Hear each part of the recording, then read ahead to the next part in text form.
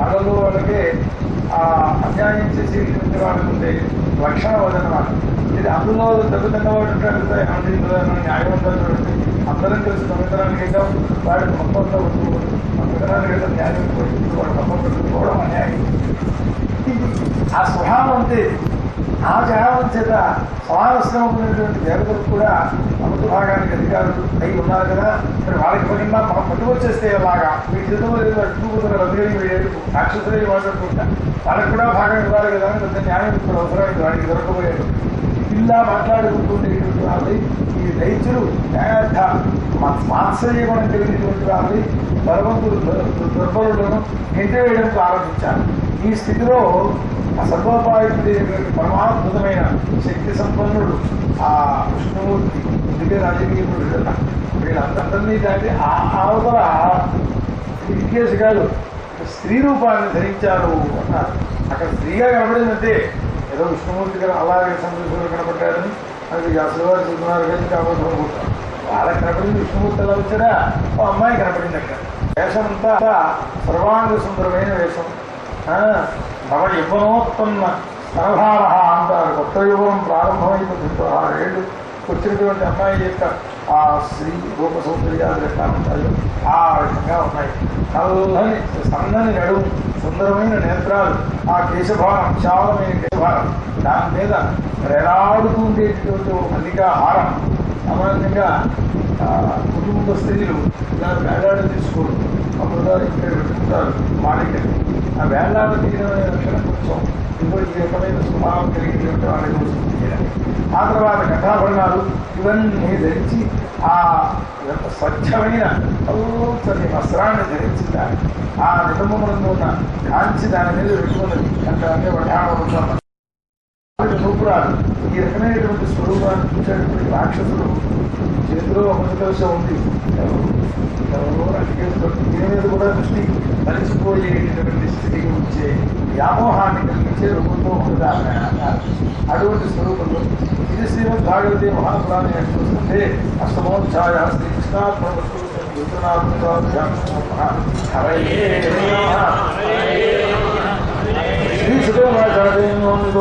పాత్రం హరంతో స్తక్తశోక ద్వారా అక్షపంతో దుష్ధర్మ ఆయాంతి దృశ్యం. ఎక్కడో అక్కడ కనబడి వేళ్ల కేసు వస్తుంటాడు. ఎందుకు వస్తుంటే ఇంకా అసలు ఇప్పుడు తెలుస్తుందా ఆ స్వరూపంతో ఎక్కడి వాడినా సరే అహో రూపం అహో ధామ ఎంత బాగుంటుంది స్వరూపం అని ఇట్లా ప్రశంస చేసుకుంటూ ప్రారంభించారు. రూపాన్ని వర్ణించారు, తేజస్సును వర్ణించారు, వయస్సును వర్ణించారు. జాత విజయ అంటారు. అక్కడ హృదయంలో ఉంటుండేటటువంటి ఆ మన్మధుడు ఒక్కసారి బయటికి లేచాడన్నమాట. మన్మధోద్దీప్తి కలిగిపోయింది తొమ్మిదికి కూడా. ఆ వెళ్ళారు, అడుగుతున్నారు ఎవరమ్మా నువ్వు అన్నారు.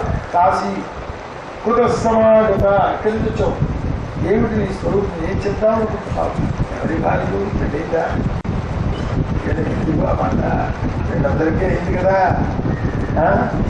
ఏమిటి అంటే వ్యామోహ బుద్ధుడైనటువంటి వారి యొక్క లక్షణం. ఆ తర్వాత మేము నువ్వు దేవాసుల సిద్ధగంధర్వ విచారణలో ఎవరు కనపడటం అసంస్పృష్టపూర్వా శరీరములు జగత్తులో ఒక శరీరాన్ని ధరించాడు అంటే వాడు సుఖమును కోరుతాడు. ఆ సుఖం ఎట్లాంటిదంటే సర్వేంద్రియ మనఃప్రీతి కలిగింపచేసేది కావాలి. నిన్ను చూస్తే ఆ రకమైనటువంటి సుఖం, ఆ రకమైనటువంటి ఆనందాన్ని కలిగింపచేసేటువంటి దానిగా బాబుడు మమ్మల్ని అందరినీ ఇంత సంతోషపెట్టడం కోసం గజాలు ఇటువంటి ఆ బ్రహ్మదేవుడు నేను లాభం తెచ్చాడని అనుకుంటున్నామన్నా. ఎంత రఘుసంగా ఉండదు. మేము చెప్పనాడు వచ్చింది మాకు సురుదీపి చెప్పేయి అన్నాడు. విగ్రహాలు గుర్తున్నారు, వచ్చిన విషయం లేదు కదా, అదొకే గుర్తుంది. పూర్వం ఏం గుర్తులు లేవు. ఈ దెబ్బలాట నువ్వు తీర్చవలసింది అన్న. మేమందరము కూడా ఆ గొప్పవాళ్ళం, నేను ఎక్కువవాళ్ళం కాదు, కశ్యప ప్రజాపతి యొక్క సంతానం. అందుచేత న్యాయానుసారంగా నువ్వు అమృతాన్ని బాగుపెట్టుకుని ఇక్కడికి వచ్చేప్పుడు చెప్పారు కదా, నమ్మకం తీసుకొచ్చి వారు ఎక్కువ కొట్టుకుపోతుంటే ఏం చేయలేక అస్సలమైన విడుదల న్యాయం ఉందండి. ఏమిటిరా మేము అక్కడ బ్యాంక్ పోస్టులో కొట్టేశాం, అందులోంచి పట్టుకొచ్చాం. ఇద్దరు సమానంగా పెట్టుకోవాలి కదా, డాక్టర్ అది న్యాయమేనా? ఈ న్యాయమో అన్యాయమో పుట్టిన పరిగెత్తి దేవతలకు కాదని పట్టుకొచ్చేసారు. ఏదో వీళ్ళు దెబ్బలాడుకుంటున్నారు, ఏళ్ళకి పదాలు ఇప్పుడు న్యాయానుసారంగా మాకు దెబ్బలాటలు లేకుండా చేయవలసింది అంటే అప్పుడు ఆమె అంటున్నది, ఓ కశ్యపుత్రులారా, నేను మామూలు మీ ఇళ్లలో ఉండే అలాంటి అమ్మాయిని కాదు, స్వభావం వేరే స్వభావం వేషమైతే ఉంటుంది కదా, అందుచేత నా వంటి వాళ్ళ మీద మీరు కశ్యప ప్రజాపతి చూస్తున్నారు, నాకు ఆసక్తి కలిగి ఉండవచ్చా? నా మీద నేను మీరు పెంచబెట్టలేదు, విభాగం చేయడం. అందుకోసమే అసలు విద్వాంసులైనటువంటి వాళ్ళు స్త్రీల మీదే నమ్మకం కలిగి ఉంటారు, వాళ్ళు విశ్వాసం ఉంచరు. పైగా పురుషుల విషయంలో ఇది ఏమైనా బాగుండదా? దాన్ని ఏమంటారంటే స్త్రీలతో, ఇలాంటి స్త్రీలతో విశేషంగా స్నేహం అనేటువంటి ఆ తోడేలతో స్నేహం చేసినట్టు అదే కదా. రెండు బృందాలు వచ్చేసి చేయడం అయిపోయిన తర్వాత చింతామణి ఇలా మూడు కథలు ఉన్నాయి కదా, వాళ్ళ స్వభావం ఒకటి. అంచేత వాళ్ళు ఏం చేస్తారంటే ఎందుకు అలాగా నిత్యనూతనం, నిత్యము కూడా నూతనమైనటువంటి జాగ్రత్త కోసం వెతుకుతూ ఉంటారు అని ఆ ప్రయాసం చూస్తుంటే వీళ్ళు మోహించిపోయి, అంటే నమ్మకమైన వాళ్ళు అలాగే చెబుతుంటారు నన్ను నమ్మకని, కాబట్టి మేము నమ్ముతాము అన్నారన్నమాట. మామూలుగా అనుకుంటే అంటే కదా ఆ విధంగా అమృతపాత్రాన్ని ఆవిడ స్థితిలో పెట్టేసేసారు. ఆవిడ అమృతపాత్రాన్ని గ్రహించేసేసి ఎవరో మీరు చెప్పినటువంటి విషయం నేను ఒప్పుకోవాలంటే ఒక కండిషన్, నాకేం ధర్మశాస్త్రాలు అయితే తెలియవు, ఆ మాట ఎవరే తెలియదు, నేను అంటున్నాను. నేను చేసే పని మంచిగా జరిగినా ఏదో నాకు గుర్తు చేస్తాను, నాకు న్యాయం అనిపించింది చేసేస్తాను. దానిని మళ్ళీ మీరు తప్పు చేశావు, అలా చేశాను, ఇలా చేశాను, మాత్రం ఎవరు నోరెత్తకుండా ఉంటానంటే నేను మర్చిపోతాను. లేకపోతే ఈ పని అంత జల్లు పట్టేసుకున్నప్పుడే ఆవిడ పట్టేసుకుని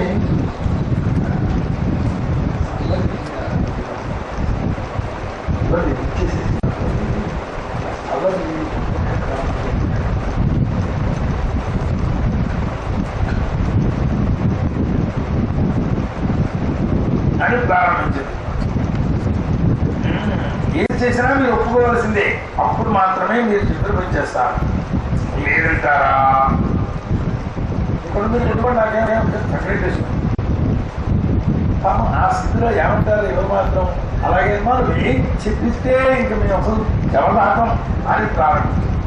సరే ఆ పరంగా స్నానాలు స్నానాలు చేసేయండి బ్రాహ్మణులు కండి, అగ్నిహోత్రాల్లో హోమాలు చేసేయండి, అవన్నీ చేసే కానీ స్వభావం ఏమైనా సామాన్యంగా మన కలుగుకోవడానికి ముందు విఘ్నేశ్వరుడు కన్యాహోత్రం దీక్షాధారం దాని గురించి 5 ఇంకో మాదిగలు దీక్షాకంకణాలు ఏదో మా అబ్బాయి ఈ కంకణం పెట్టేస్తాను దీక్షాకంకణం మీకు అన్నాడు, ఇది ఇప్పుడే పెట్టేయమ్మా, ఇది నా కంకణం అన్నమాట.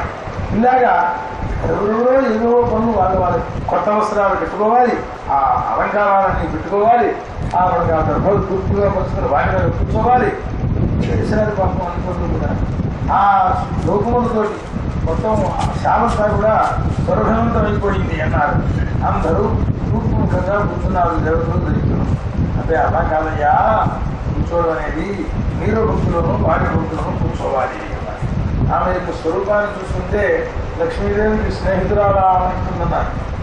ఆరు అయితే అవచ్చు కాకపోవచ్చు కానీ స్నేహం ఉండడం మాత్రం ఖాళీనే కదా. సరే ఆ పరంగా వస్త్రము కొంచెం అటు ఇటు వాయువుకి కదులుతూ రహస్య సుందర ప్రదేశాలను కొంచెం చూపిస్తూ ఉన్నట్టుగా వేషాన్ని ధరించింది. ఆ స్థితిలో మోహాన్ని చెందేశారు వీళ్ళందరూ కూడా. స్వభావత క్రూర స్వభావం కలిగినటువంటి రాక్షసులకు ఈ అంతరాన్ని పెంచిపెడితే చాలా ప్రమాదం మనం గుర్తించినటువంటిది. ఆవులకు పాలు పోసినట్టే అంటారు. అదే ఇందులో ఉండే ఉదాహరణలే అన్నీ కూడా. ఆవులకు సర్పానాలు అసురాణం సుధారాలు సర్పానాలు దుర్నయం ఆవులు ఇచ్చినట్టుగా ఆ పని అన్నీ చేయాలి అని. ఆ తర్వాత ఈవిడ ఏం చేసింది, వేరు వేరు పంక్తుల్లో కూర్చోండిగా, ఇలా కాదు కూర్చోవడం, ఎవరి నియమాలు వాళ్ళకు ఉంటాయి. వాళ్ళ పక్కన మీరు మీ పక్కన వాళ్ళు కూర్చునేలాగా రాక్షసుల వరుస దేవతల వరుస కూర్చోబెట్టేసేసి మరి ఆవిడ మీద ఎక్కువ గౌరవంతో అప్పగించిన వాడు రాక్షసులే కదా, కాదనడానికి వీల్లేదు. దేవతలు కాదన్నాం, ఎందుకంటే విషయం తెలుసుగా వీడికి రూపాయిగా వ్యవహారం చేస్తారు కదా, పట్టణంలోనే ప్లాన్గానే ఉంది. సరే ఆ పరంగా అందరూ కూర్చున్నారు. దేవవేషాన్ని ఇట్లా ఉంది, దేవతలకు వడ్డన వడ్డిస్తున్నది, రాక్షసులకు వస్తున్నా మొత్తం అంతా మనకేనా పంపించేస్తే చూడు ఒకటే మాట అయ్యాడు. వాడు నిజమే అనుకున్నాను. ఈ స్థితిలో ఈ రాహు అనేటటువంటి వాడు సింహికాపుత్రుడు, వాడు దేవగుంపుల్లో సూర్యచంద్రుల మధ్యలో దేవతాన్ని ధరించి కూర్చున్నాడు. అంటే వీళ్ళందరికీ అమృతాన్ని చూస్తూ పాపం రాక్షసులకి చిరునవ్వుతూ వాళ్ళని కూర్చోబెట్టాలి కనుక వీళ్ళకి వడ్డించేటప్పుడు ఆ రాహువుకు కూడా వడ్డించేశారు. వాడు తమను నోట్లో పెట్టుకోబోతుండేటువంటి సమయంలో వీడు రాక్షసుడు ఎవరో మా పక్క నుంచి కూర్చున్నాడయ్యా అని సూర్యచంద్రులు ఇద్దరూ కాస్త పేచీ పెట్టడం ప్రారంభించారు. తర్వాత ఏ స్త్రీయాలు వెంటనే చక్రాన్ని తీసుకున్న వాడి తలకాయ నరికేశారు. ఆ నరికేస్తే ఏమైంది అని తలకాయ రాహు మొండేమేమో కేతువు అని పేరుతో పిలువబడుతున్నాయి. ఈ కబంధం ఈ వేసినటువంటి గుట్టగా ఇంకా ఇక్కడ దాకా ఈ నరికేయడంలో ఈ పై భాగాన్ని పడిపోయింది అన్నమాట. సుదర్శన చక్రం కింద శరీరానికి పై శరీరానికి కూడా ఈ అమృతం తగిలింది. ఇంకా వాడు చూసుకోవడానికి వాడు రూపం వీడో రూపం తయారయ్యింది. సుమాత్ర శేషం అని రాహుడు యొక్క శృంగారాన్ని వర్తిస్తూ ముద్దుతో మాత్రమే పరిమితము ఉంటారు. అక్కడ ఒక సంస్కారంగా వీటికి భాగమే రాహు ఉంది, ఈ రెండు భాగం ఏమీ లేదు. స్వరూపాన్ని చెబుతూనే అందులో కేవలం ఆ కృష్ణ మనతోటి ఆ స్వరూపాన్ని చిత్రీకరించేసాడు అన్నమాట. ఆ తర్వాత ఈ ఇద్దరు కూడా నేల మీద కింద భాగానికి అమృతం తగలలేదన్నది, అది కింద పడిపోయాయి. శిరస్సు మాత్రం అమృతం పొందేసింది. ఆ రాహువును గ్రహంగా చేసేసారు. ఈ వీడి శరీరమే కదా, కేతువు కూడా గ్రహమే అవుతాడు. వీడికి వాడికి దగ్గర ఉండరు, దూరం కదా. ఇది రెండు కలిస్తే వాడు ప్రమాదం. అందుచేత సరే దేవుడు అమృతపానం చేశారు. కాకనే ఇప్పటికి కూడా ఆ సూర్యచంద్రుడిని ఆ రాహువు కొంచెం విద్వేషాన్ని పొందినటువంటి వాడి పట్టుకుంటూ ఉంటాడు. వారి స్వరూపాన్ని చెప్పారు. ఆ తర్వాత అందరూ చూస్తూ ఉండగానే ఈ కొండను అక్కడ వెక్కాడో పట్టుకుపోయాడో తెలియదు, కానీ పరమాత్మ అంతర్ధానం చేసేసాడు.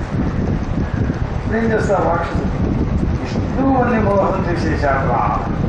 సురాసురుడు ఇద్దరు శ్రమపడ్డంతో సమానమైన ఫలంలో మాత్రం తేడా వచ్చింది. మహారాజా, దేవతలు భగవచ్చరణారవింద సంస్పర్శ కలిగినటువంటి వారై ఈ ప్రయత్నం చేశారు. రాక్షసులు మనం కూడా అమృతత్వాన్ని పొందుతాం అనే ఆశతో వాళ్ళు వచ్చారు. వాళ్ళ ఆశ వాళ్ళది. వీరికి పరమేశ్వరానుగ్రహం ఉంది కనుక అమృతాన్ని పొందారయ్యా అన్నారు. వాళ్ళ రాక్షసులు వంచితులైనారు కనుక ప్రపంచంలో ఎవడైనా సరే తన యొక్క ప్రాణధనాది సర్వస్వము కూడా వీటిని లోకంలో గృహము, పుత్రుడు, దేహము వీటి కోసం చేసేటువంటిది అయితే అది విఫలం అవుతుంది. పరమేశ్వరాన్ని గొప్పను విచారిస్తే అది సఫలం అవుతుంది అని చెప్పి శిశువుల వారు దాని యొక్క తాత్పర్యాన్ని కూడా చక్కగా చెప్పారు.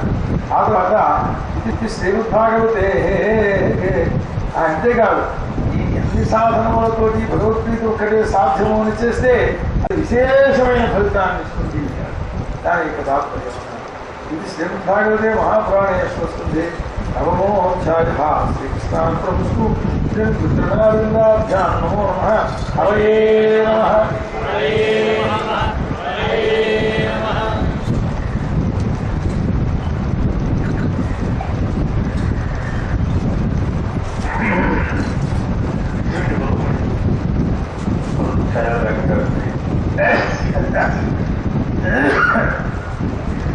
శ్రీసువాచ ఇది దానవతి తేజావిందన్నమృతం తదుపాక్రమణయుక్తాస్య వసుదేవ ప్రాణముఖాః.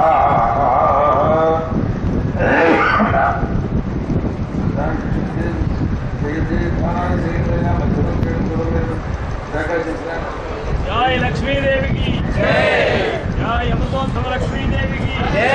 జై క్షీరసాగర మథన సమయే ఆవిర్భూత లక్ష్మీదేవికి జై. శ్రీదేవికి జై. సర్వమంగళమాంగళ్యే మంగళమాంగళ్యే సర్వార్థసాధకే శరణ్యే త్ర్యంబకే దేవి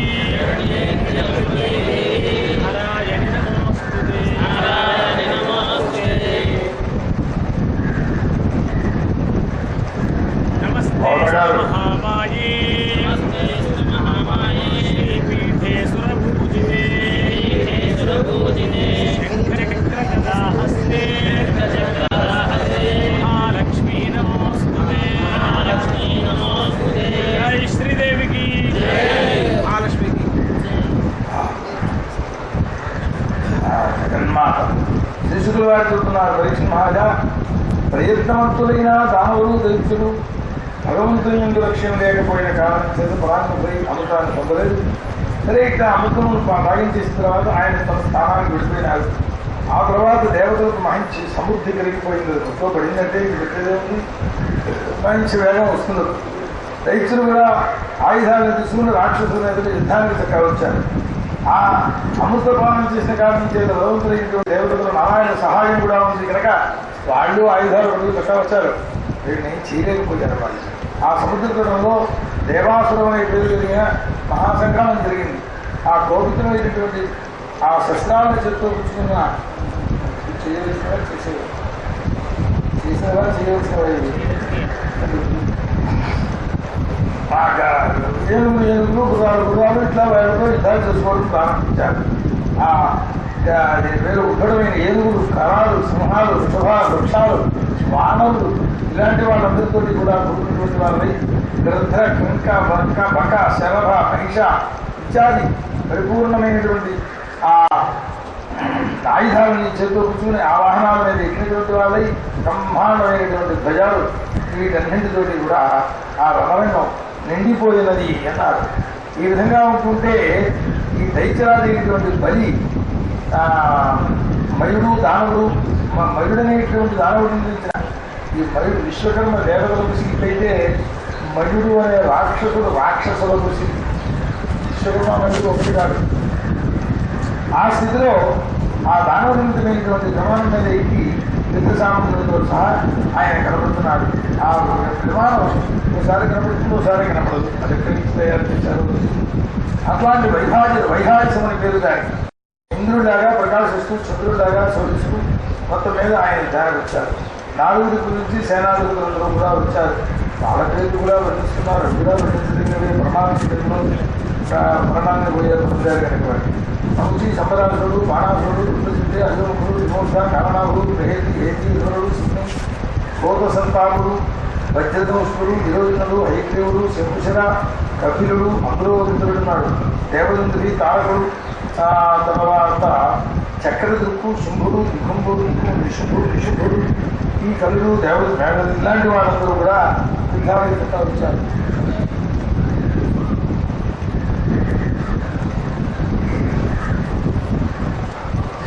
ఆ తర్వాత ఆ భాగాన్ని పొందినటువంటి రాక్షసులందరూ కూడా మహాక్రోధ పరవశులై ఉన్నారు. ఆ దైత్యులు సుధాభాగాన్ని పొందకపోవడం వాళ్ళకి చాలా క్లేశాన్ని కలిగింపజేస్తున్నారు. దాంతో సింహనాదాలు చేస్తున్నారు, శంఖాలు మోగించారు.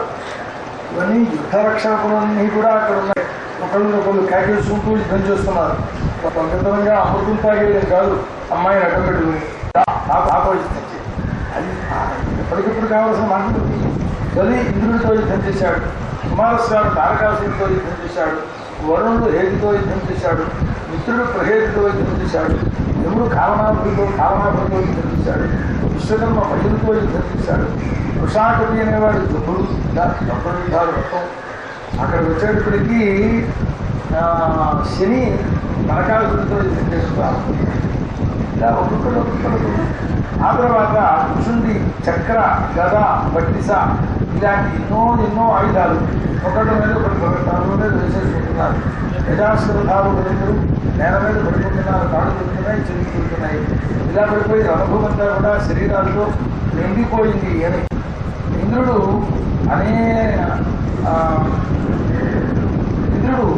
ఆ బలిచక్రవర్తి వేసేటువంటి బాణములు ఏవైతే ఉన్నాయో వాటి మధ్యలోనే శక్తి తీసుకున్నాడట.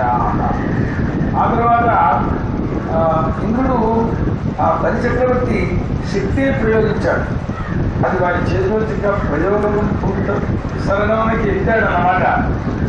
ఇంకా ఉంటే విసిరేయాలి, ఇంకా అప్పుడే పెరిగిపోయి వీడి చేతిలో ఉండగానే నరికేసేసాడు వాడిని. ఆ తర్వాత సోలప్రాస తోమరాజు ఎన్ని అస్త్రాలు తీసుకున్నాడు ప్రయోగించనే లేడు. ఎంతో కూర్చుని ఎక్కడ వెళ్తామో సంపాదించారు కదా, ఆ 35 కిలోలో నరికేస్తున్నాడు ఆయన. ఆ తర్వాత బలి అంతర్ధాన విద్య చేత రాక్షస సమాజం సృష్టి చేయడం ప్రారంభించారు. దేవతల మీద పర్వతాలు పడిపోతున్నాయి అన్నమాట. ఇలా వస్తుంటే సరే దైవసేన మీద పడిపోతున్నాయి. పెద్ద పెద్ద ఏనుగులు కూడా విధించేటువంటి పెద్ద పెద్ద జంతువులు, సింహాలు, వ్యాఘ్రాలు ఇలాంటివి ఎన్నెన్నో వేల మీద పడిపోతుంటే పైగా అంగాల వృష్టి అంటే నిప్పులు మేలుగా వర్షం పడుతూ ఉంటుందన్నమాట. అలాంటి స్థితిలో దేవసేనను తగలబెట్టేసుకుంటే ఆ సమయంలో బ్రహ్మాండమైనటువంటి వర్షాలు పడేట్టుగా, సముద్రం పొంగిపోయినట్టుగా అట్లాంటి స్థితులు కనబడడం ప్రారంభించాయి. దైత్యుల యొక్క మాయను చూచారు. మహామాయా వేదంతల వాళ్ళు ఇంద్రాదుల పాపం విష్ణుమూర్తి దగ్గరికి వెళ్ళారు. రామయ్య ఏంటి మాయ ఏంటి ఏంటో చూసినట్టుగా వ్యక్తి కనబడలేదు.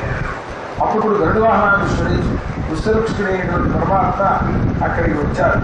నుంచి శ్రీకుండల విభూషితుడై ఆ సమయంలో వచ్చేటప్పటికి పరమాత్మ అక్కడ ప్రవేశించబోతుంటేనే ఈ దైత్య మాయలు అన్నీ మాయమైపోయినాయి. వేదాలు చదువుకున్న వాళ్ళ దగ్గర ఈ తాంత్రిక ప్రయోగాలు వెళ్ళవు ఉన్నాడు సామాన్యుడు కాదు. మంత్ర తాంత్రిక విషయాల్లో చాలా పెద్ద హత్యస్థితిలో అమాంత మాయ ఆ వంటలో చెప్పాలంటే అంతటి వాళ్ళ అంటే ఆ గాయత్రి మాత్రం చదివితే పేద పండితులు ఆ గదిలో కూర్చుంటే మా మాయలు వచ్చి నువ్వు ఉన్నారు. సామాన్యులు సింగారు సామాన్యం కాదు. మన్నే 8,000 రూపాయలు టీఏలో తీసుకెళ్ళాలి. ఆ స్థితిలో ఉన్న మా దీంట్లో చెప్పినటువంటి అలాంటిది సాక్షాత్ విష్ణుమూర్తి అక్కడికి వస్తే ఈ దైత్యవాయులు మారిపోతాయి అన్నప్పుడు ఆశ్చర్యం. మనకు వృత్తులు పోతాయి. సరే ఆయన సాక్షాత్ ప్రవేశించారు. కాలమైన మీద శూలాయుధాన్ని ప్రయోగించారు. ఆ కాలనే విష్ణుమూర్తి మీద అది వస్తుంటే గరుడు నిత్య మీద పడబోతుంది. కానీ అలా పడబోతుంటేనే పట్టుకున్నారంటే ఇక్కడ పరమాత్మ ఆ కాలం మీద ఆయుధమే శ్రేషానికి వేరే ఆయుధం తెలుసుకుంటే ఆ చక్రంతో విడిసేటప్పటికీ ఆ వాహనంతో సహా కాలమే మరణించాడు.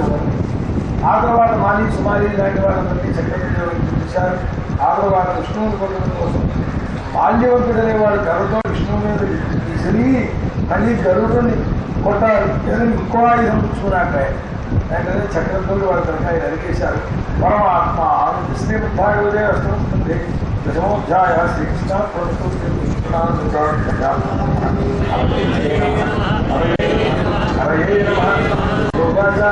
అధోసురా ప్రతిపరుద్ధం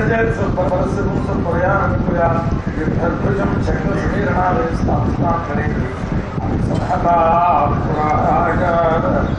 ఆ తర్వాత అసో అనేది ఓకారాంత నో అనేది ఓకారాంత అది సంస్కృతం.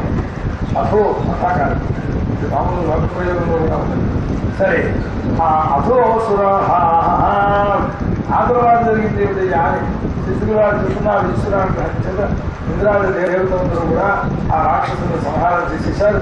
దేవేంద్రుడికి కోపం వచ్చింది. బలిని సంహరించేస్తాననుకున్నాడు. ఏదో హాహాకారాలు చేస్తున్నారు. అవన్నీ తిరస్కరించి దేవేంద్రుడు అంటున్నాడు, నటుడు బాలకుల యొక్క దృష్టిని కట్టేసేసి వాళ్ళ తనాన్ని హరించుకుపోతుంటాడయ్యా హరించుకుపోతాడు. అదే రీతిగా మాయేశ్వరుడు మా మాయను జయించాలనుకుంటున్నావు అని నేను గురువు విష్ణువుడు ప్రత్యేకించేవాడు. అందరూ పూర్వం ఏమైపోయినాడు మాయేశ్వరుడు నిజమే. సరే మూర్ఖమైనటువంటి వాళ్ళు మాయతో స్వర్గానికి రావాలని అనుకుంటారు. దొంగల్లాగా ఇదివరకు వచ్చి మీరు ఎలా వచ్చేసారు కానీ అదనకుండా నేను చేసేస్తాను ఇప్పుడు బుద్ధిహీనుడా అంటూ ఇలా ప్రారంభించారు. అయితే శిశువులు చెబుతున్నారు, ఇలా వీరులు ఒకరిలో ఒకటి ముట్టుకుంటూ మాట్లాడుకుంటూ ఇలా ఉంటుంటే బలిచక్రవర్తి ఏమన్నా చేశాడు. మాటలతో సమాధానం కాదు జరుగుతుందని నాకు బాణాలు కూడా ఉంటారు. సరే చెబుతున్నా ఈ మాటలను పెద్ద లెక్క చేయకుండా ఆయన బాణాలతో కొడుతున్నాడు అంటే ఈయనకి పాపం చాలా బాధ కలిగింది, అవమానం అనుకున్నాడు. వెంటనే బలిపైకి వజ్రము అనేటువంటి ఆయుధాన్ని ప్రహారం చేశాడు. సరే ఆయన విమానంతో సహా కింద పడిపోయినాడు. కానీ ఆ తర్వాత లేచి ఐరావతాన్ని పుట్టాక ఆయన జంభాసుడు అనేటువంటి వాడు చేసి ఈ విధంగా చూస్తే వెంటనే సహస్ర పేరు ఏనుగు మీద కూర్చుని ఈయన యుద్ధం చేసుకుంటే ఆ జంబుమాలి జమాసుడు అనేవాడు పుట్టిన దెబ్బకి కథకు పెట్టుకుంటే ఈయన పడిపోవడం, ఈయన కూడా ఒకసారి మొక్కాల మీద కొండిపోయి దెబ్బలు ఏడుపడికి హాహాకారాలు తీరాయి. వెంటనే ఆ భూమి మీదకి లేచింది పాపం. శత్రు సైన్యాన్ని చాలా బాధపడింది ఆ ఇరావతం అని ఎదుగు ఉన్నారు. ఇలా కింద పడబోతున్నాడు అనేటప్పటికల్లా 1000 గుర్రాలతోటి మాతలి రథాన్ని తీసుకొచ్చాడు. సరే దాని మీద కూర్చున్నాడు ఈయన. ఆ తర్వాత మాతలి అంత తొందరగా అక్కడికి కొట్టుకురావడాన్ని చూసి దుబాయి ఇచ్చేదను ఆయన వాడిన సోన వేసుకొచ్చాడు. ధైర్యాన్ని కొట్టుకుని బాబు మాతలి ఆ ప్రధానాన్ని సహించాడు. సరైనతో దేవేంద్రుడు విగ్రహంతో జంభాసుడు సరస్సుని ఛేదించేశాడు. జంభకాంతక అని జంభారి ఇంద్రుడి పేరు. ఆ తర్వాత జంభుడు చచ్చిపోయాడనే విషయాన్ని నముచి వన పాకులు అనే 3 రాక్షసులు చూసి వాళ్ళు యుద్ధానికి తప్పవచ్చారు. మేఘాలు పర్వతాలను గురిచేసినట్టుగా బాణాలతో చేసుకున్నట్టు ఇలా వీళ్ళు 5 బాణాలు, 10 బాణాలు వాళ్ళు ఈ విధంగా చేసుకుంటే పంజరం లోపల ఉంటుండేటువంటి వాళ్ళ అయిపోయినాడు. ఆ బాణాలతో దేవేంద్రుడు పైకి కనబడాలంతగా వేసేశారు బాణాలు భాషలు. ఆ విధంగా చూసినటువంటి వాడి ఇంద్రుడు వజ్రాయుధాన్ని వస్తుంటే తీసుకుని పెట్టుకొచ్చి ఆ ఖ్యాతుల యొక్క మనస్సులో వీటిని కలిగింపజేసుకుంటే వారి ఆ వజ్రాయుధంతో గరుడు పాకులు అనే వాళ్ళ శిరస్సుని ఛేదించాడు. పలారి, ఆకారి, రాక్షసులు కొన్ని దేవేంద్రుడు విడిపోవాలని వచ్చాయి. ఆ తర్వాత నముచి పెద్ద కోపంతో ఇంద్రుడిని చంపేయాలనుకున్నాడు. శూలాన్ని చేతితో తీసుకుని చచ్చిపోతావు ఈ జగతోటి మీద వేశాడు. సరే దాన్ని 1000 ముక్కలుగా నరికేశాడు. ఇలా వీడు యుద్ధాలు చేసుకుని లోక విమోహనమైన నముచిని చూస్తే దేవేంద్రుడు కూడా ఒక్కసారి భయం వేసింది పాపం. ఆ స్థితిలో పూర్వం పర్వతాలు ఎగురుతుండే రోజుల్లో ఇంత వజ్రాయుధం పుచ్చుకుని వాళ్ళ పక్షాలను రెక్కల్ని ఛేదించాను నేను. కానీ వీరాక్రమవుతుంది ఏమిటి ఉత్తరాసుడిని కొట్టాను. వీడి మీద ప్రయోగిస్తే అదేం ప్రయోజనం కనబడటం లేదు. సరే ఈ విధంగా వీళ్ళు యుద్ధాలు చేశారు. చేసుకుంటే ఈ వజ్రాన్ని మళ్ళీ నేను ధరించకూడదనుకున్నాక. ఎందువల్లంటే నదీచ మహర్షి యొక్క ఎముకతో తయారు చేసుకున్నారు ఈ వజ్రాయుధాన్ని. అలాంటిదే విఫలమైపోయింది ఏంటి అంటే ఆకాశవాణి ఏదో వీడు కలిసిన ఎండిన శస్త్రములతో చచ్చిపోయిన ఆయన ఈ గంభారుడు అనేటువంటి వాడు ఏం చేయాలి? ఆంధ్ర శుష్కములతో ముచ్చు కలగదని ఈశ్వరుడు వరణించాడు ఈయనకి అన్నారు. సరే ఉపాయాంతరాన్ని ఆలోచిస్తున్నారు. వెంటనే బాబు ఆయన గురువు చూచారట. నేల పైన ఉండే గురువు గడిగా వస్తుందా కాబట్టి గడిగా పొడిదంటామంటే పుట్టుకైతే చేతికి ఏదో మెదులుతుంది కదా కాబట్టి పొడి కాదు. రెండు అవునని ఒప్పుకోం. 2 కాదు వరకే వాటి యొక్క పరిస్థితి. 2 కాదంతో 2 సమానం ఉన్నారు కదా కాబట్టి 2 కాదు. కేరళలో ఇలాంటి ఉపాయాలు చాలా చెప్పుకోకొస్తారు. ఇది అపోష్ణాన్ని నీళ్లు తాగట, తిన్నట్ట తిన్నట్ట తింటే యజ్ఞం విచ్ఛిన్నమైపోతుంది. తినకపోతే వ్యవస్థైనటువంటి వాడు పూర్ణోపవాసం పడిపోతే రుద్రుడు తన పశువుని పీడిస్తాడు. అప్పుడు ఏం చేయమన్నారు? అపోష్ణాన్ని నీళ్ళు తిను అన్నారు. నీళ్ళు తినరేంటి అంటే ఇది అర్థం దాన్ని అసితం. అది అసితమివాల భవతి, అనసితమివాల భవతి. 2 కాకపోవడం మాకు కావాల్సి. 2 అయితే ఏదొచ్చినా ప్రమాదం కదా అక్కడ వచ్చింది కాబట్టి 2 కాదు. 2 ఉపకారాలు చేస్తాయంటే సభ ఏదైనా వస్తే అప్పుడు 2 పనులు అయినట్టే చూపించడానికి ఆ విధంగా ఇది చూచాడు. వెంటనే ఆ పేనాన్ని తీసుకున్నటువంటి వాడి శిరస్సు మీద వేసేశాడు అన్నారు. దాంతో ఆ శిరస్సు కింద పడిపోయింది. ఆ తర్వాత దేవతలు సంతోషించారు. అందరూ విశ్వాసులు లేని వాళ్ళందరూ గానాలు చేశారు. నర్తకులు నాట్యాలు చేశారు. సింహం మృగాన్ని సంహరించినట్టుగా సంహరించారు. మిగిలినటువంటి దేవతలందరూ కూడా మిగిలిన రాక్షసులను కూడా కొట్టేశారు.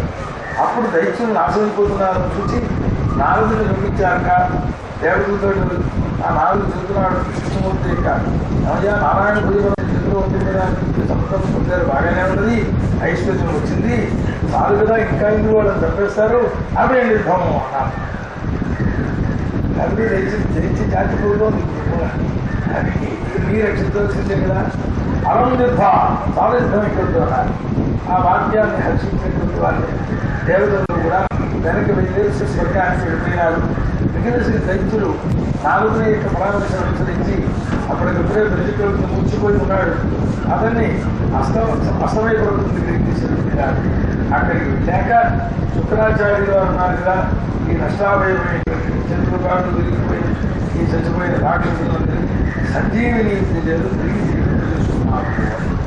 దైత్యరాజు ఈ పది శుక్రుడి యొక్క సంస్పర్శ మాత్రం చేతనే ఇంద్రియ సంస్కృతి పొందినటువంటి వాడి ఓడిపోయినా దుఃఖమును ఎన్ని పొందకుండగా హాయిగా ఆనందంగా ఉన్నాడు. అందువల్ల ఆయన విష్ణుభక్తుడే కదా, మిగిలిన వాళ్ళు ఏడ్చారన్నారు, పరిచక్రవర్తి మాత్రం ఆనందిస్తున్నాడు. ఇది శ్రీమద్ భాగవదేవ స్కంధే విశోధ్యాయ కృష్ణాత్మస్తు